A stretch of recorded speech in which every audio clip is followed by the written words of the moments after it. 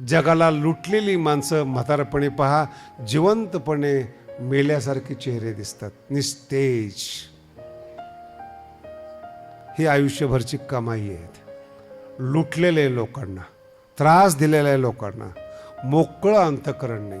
ज्ञानोबा म्हणतात, ही बुद्धी आहे न साधेल जाण. ही बुद्धीच आहे, पण खोटी बुद्धी आहे, द्वैत बुद्धी आहे. आणि बुद्धीचं वैभव आहे, जिने या जगात सुखी राहिली, आनंदी राहिली, प्रसन्न राहिली.